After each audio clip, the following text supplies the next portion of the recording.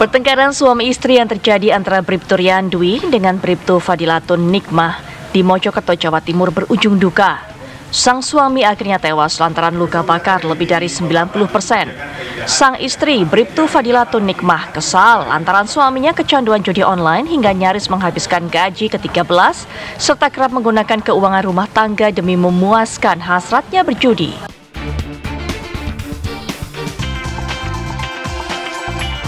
Peristiwa ini hanyalah salah satu penyebab betapa judi membuat masalah di rumah tangga. Di sejumlah daerah seperti Cianjur, Jawa Barat, Bojonegoro, Jawa Timur, banyak pasangan suami istri bercerai gara-gara kecanduan judi online. Begitu seriusnya masalah ini, bahkan Presiden Joko Widodo membentuk Satgas Judi Online demi memberantasnya. Jangan judi, jangan berjudi, baik secara offline maupun online. Lebih baik kalau ada rezeki, ada uang, itu ditabung atau dijadikan modal usaha. Dan sudah banyak terjadi karena judi, harta benda habis, terjual, karena judi suami istri bercerai, karena judi melakukan kejahatan, melakukan kekerasan, bahkan tidak sedikit yang menimbulkan korban jiwa. Sesungguhnya, bagaimana masalah judi online bisa kian mengakar di masyarakat? Akankah pembentukan Satgas Judi Online bisa menyentuh akar masalahnya? Dan akankah kecanduan judi bisa disembuhkan dengan dukungan keluarga? Tim TV One mengabarkan. Gara-gara kecanduan judi online, seseorang jadi kehilangan akal sehatnya dan juga rela melakukan apapun untuk bisa mendapatkan uang, untuk bisa kembali mempertaruhkan uang tersebut untuk berjudi online dan juga melakukan beragam hal kriminal. Kemudian bukan hanya itu, gara-gara judi online, banyak kemudian rumah tangga yang akhirnya berujung di pengadilan, bercerai, rumah tangga yang kemudian menjadi karam. Nah, kita akan mengetahui sebenarnya bagaimana peningkatan angka perceraian karena judi online. Bukan cuma itu, nanti kita akan juga mendengarkan tausiah dari Ustadz Zaki Mirza dan juga pandangan dari psikiater Dr. Vivi atau Dr. Zulfia yang nanti juga insya Allah akan memberikan nasihat yang berarti dan juga renungan untuk kita bersama untuk bisa menjauhi perbuatan yang banyak sekali mudorotnya ini. Dan nanti kita juga akan dapatkan keterangan dari Satgas Anti Judi Online, apa upayanya sehingga kemudian ini bisa menyentuh akar masalah dan juga bisa menumpas namanya judi online di tanah air. Sudah hadir para narasumber, baik itu yang menemani saya di studio ataupun juga secara daring. Saya akan perkenalkan satu persatu. Sudah hadir juga Dr. Zulfia Oktanida Syarif selaku psikiater yang akan memberikan pandangannya pada malam hari ini. Assalamualaikum warahmatullahi wabarakatuh. Selamat malam Dr. Vivi.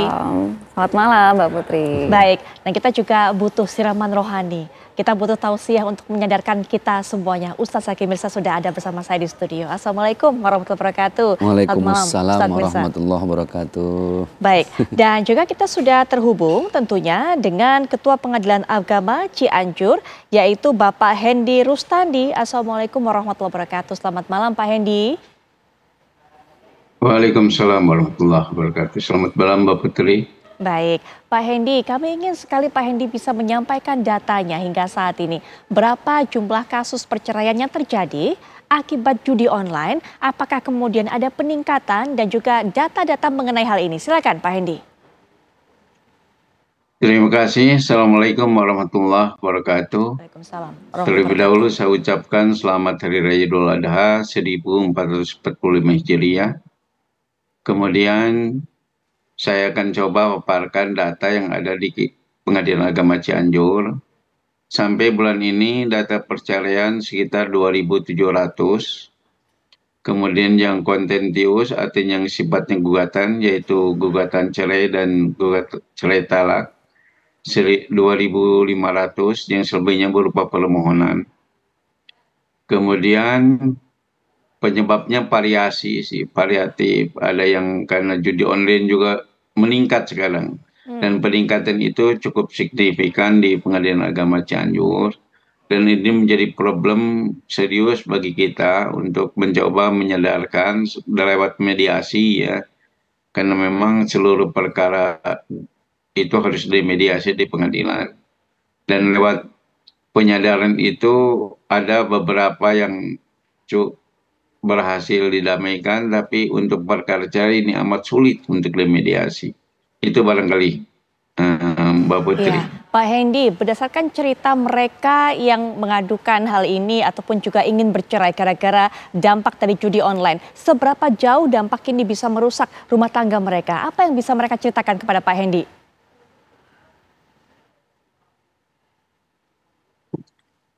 Ini dampaknya sangat serius ya, karena memang judi online itu kayaknya sudah mengakar di masyarakat dan dampak terhadap keharmonisan rumah tangga itu sangat signifikan, karena memang antara suami istri terus-menerus bertengkar, di mana nafkah yang seharusnya dijadikan uang yang seharusnya dijadikan nafkah dipakai judi oleh suaminya atau sebaliknya.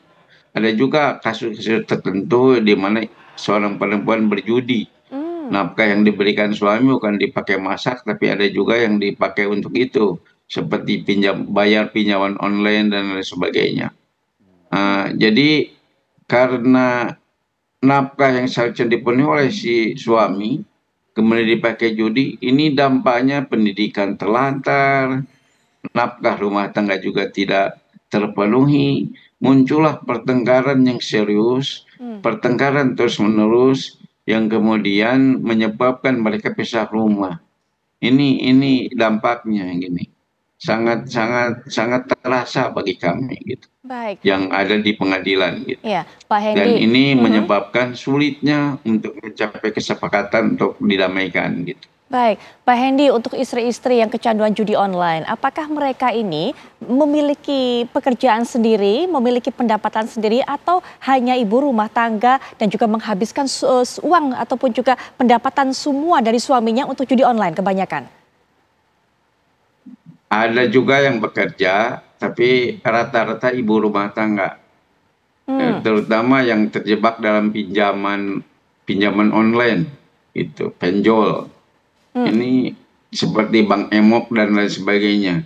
Ini akhirnya harta yang ada, misalnya harta warisan suami, dijual untuk memenuhi atau melunasi hutang yang dibuat oleh istri. Ini ada juga terjadi. Dan ini menjadi problem sosial kita. Ya. Gitu Mbak Putri. Jadi Pak Hendy, ternyata kalau pelakunya ataupun juga yang kecanduan judi online ini adalah ibu-ibu, para istri, mereka salah satu penyebabnya adalah ingin melunasi, ingin menutup pinjaman online. Nah, mereka ingin melipat gandakan uang dengan mengikuti judi online. Seperti itu ya Pak, hubungannya antara pinjol dengan judol ini atau pinjaman online dengan judi online ini? Baik. Kalau untuk para suami Pak, ada korelasi ke sana. Oke, kalau untuk para korelasinya baik. Ya, kalau untuk para suami Pak, ini biasanya yang mengikuti judi online yang kecanduan, apakah karena memang tujuannya ingin memperkaya, ingin mendapatkan uang berlipat ganda, atau ada tujuan lain? Ya, rata-rata mereka itu ingin mendapatkan uang cepat dan banyak, gitu ya. Baik. Akhirnya mereka berjudi online gitu. Ingin kaya cepat lah. Tapi akhirnya terjebak gitu. Baik Pak Hendy, Dr. Vivi ingin menghadirkan solusi, ingin bisa menyelesaikan pinjaman online, tapi yang ada malah menambah masalah, ingin memperkaya diri, tapi bukan dengan cara yang halal. Dan ini akhirnya yang terjadi, Dr. Vivi. Sebelumnya saya ingin menjelaskan terlebih dahulu, mengedukasi masyarakat bahwa gambling disorder atau gangguan berjudi adalah salah satu gangguan adiksi perilaku. Dan ini masuk ke dalam gangguan mental. Jadi kita perlu membedakan dulu, ada perilaku berjudi yang mungkin tidak bermasalah, dalam artian tidak menimbulkan masalah dalam kehidupan seseorang, namun ada yang sudah sampai menimbulkan gangguan. Ini sama analoginya seperti narkoba. Sehingga saat kita menghadapi isu judi online atau kasus adiksi judi, kita harus sama seriusnya seperti menghadapi kasus adiksi narkoba. Karena memang sudah ada keterlibatan gangguan pada persyarafan di otak. ketika seseorang sudah melakukan perilaku judi berulang sampai dia memenuhi kriteria gangguan berjudi atau gambling disorder. Jadi ada kriteria diagnosisnya. Kriterianya seperti apa saja, dokter? Kriterianya antara lain adanya kebutuhan untuk berjudi yang meningkat. Ingat, bukan keinginan, tapi kebutuhan untuk berjudi. Jadi ada need, ada dorongan untuk berjudi. Kemudian berjudi meskipun sudah kalah. Jadi ketika kemarin kalah, hari ini akan berjudi lagi untuk menutupi kekalahannya. Kemudian ada perilaku berbohong atau menutupi, kemudian juga mengandalkan orang lain untuk menyelesaikan masalah finansial akibat berjudi, adanya risiko untuk kehilangan, apakah itu pekerjaan, relasi yang bermakna seperti rumah tangga, kemudian karir, pendidikan, dan tetap berjudi meskipun sudah tahu ada dampak buruk terhadap dirinya. Selain itu berusaha untuk berhenti namun sia-sia, dan adanya gejala kegelisahan dan iritabilitas atau mudah marah, sensitif apabila menghentikan kegiatan berjudinya. Jadi seseorang yang sudah masuk kriteria gangguan berjudi, tidak semudah itu dia untuk berhenti. Ini yang terjadi. Ketika seseorang judi kemudian dia kalah, dia akan berusaha untuk terus menutupi kekalahan tersebut. Yang kita ketahui, seseorang berjudi itu awal-awal oleh bandar pasti dikasih menang. Karena di situ muncullah dorongan-dorongan hormon dopamin di otak yang memberikan rasa senang. Jadi di otak kita akan ada suatu sistem yang teraktivasi, namanya brain reward system.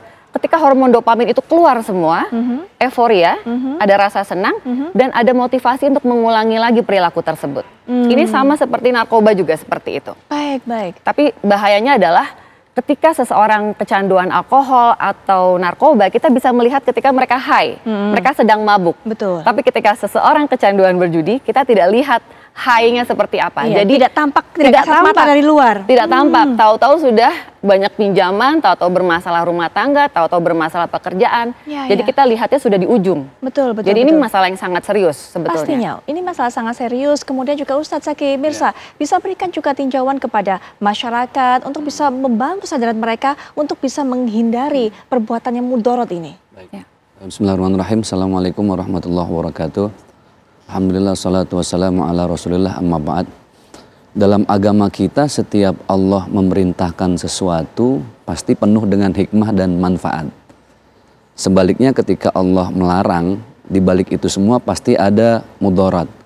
Ada nilai-nilai yang tidak hanya membahayakan diri sendiri, bahkan membahayakan orang-orang yang di sekitar kita. Bahkan banyak orang.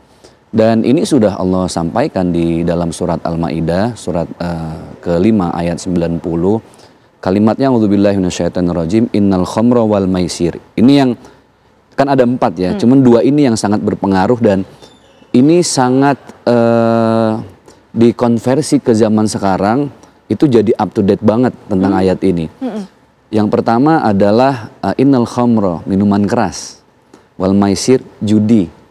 Dan ini adalah satu perbuatan yang menjadi bagian dari perbuatan setan. Makanya perintahnya fastanibuhu la'allakum tuflihun. Jauhi itu semua supaya kalian menjadi orang yang menang, orang yang bahagia dunia akhirat. Karena gini, apa yang disampaikan Bu Dokter tadi betul, itu sudah disampaikan oleh baginda Rasulullah SAW. Waqala Nabi, beliau bersabda, arba'atu jawahir fi jismi Adam. Sebenarnya judi, mabok, kemudian bertaruh untuk berhala di zaman baginda Rasulullah, mengundi nasib gitu ya, itu merusak 4 mahkota yang sudah Allah titipkan di dalam setiap tubuh hamba-hambanya. Kenapa? Yang pertama itu yuzilul akla. Tadi sudah disampaikan bahwa ternyata berjudi itu kan edik ya, dia ketagihan. Kenapa Allah melarang? Karena menangnya bikin ketagihan, kalahnya bikin penasaran. Itu kalau istilah mendayung sampan itu di lautan tak berpantai gitu ya. Jadi nggak ada ujungnya gitu. Nggak ada tepinya, betul. Nggak sampai-sampai. Dan makanya ketika akal itu hilang, dia mudah emosi. Kan gitu. Kan akalnya hilang. Betul. Orang kalau sudah kehilangan akal ya emosi, amarah, temperamen, udah tidak bisa dengan logika lagi. Terus yang kedua, bahwa ternyata hal-hal yang diharamkan itu bisa menghilangkan yang namanya yuzilul qalba. Kan pikiran itu jendela menuju hati ya. Betul. Jadi kalau orang sudah amarah, hatinya udah nggak bisa kekontrol tuh. Karena padahal hati ini tempat di mana ada satu hal untuk merespon. Baik. Misalnya ngerem yang bersifat emosi itu dengan istighfar. Baik. Karena hatinya udah nggak ada, akhirnya dia blank. Nah, gitu. tahan mungkin sampai di situ dulu, Ustaz Zaki. Nanti kita akan lanjutkan kembali, Ustaz Zaki. Tapi setelah jeda berikut ini kami akan setelah kembali. Kita akan dengarkan. Tadi ke Pak Hendy juga sudah mengatakan ada upaya mediasi yang memang gagal. Apa penyebabnya? Dan juga bagaimana dukungan dari keluarga ataupun juga pihak-pihak lain untuk bisa membantu kesadaran ataupun menyadarkan pecandu dari judi online ini. Nanti kita akan bahas setelah jeda.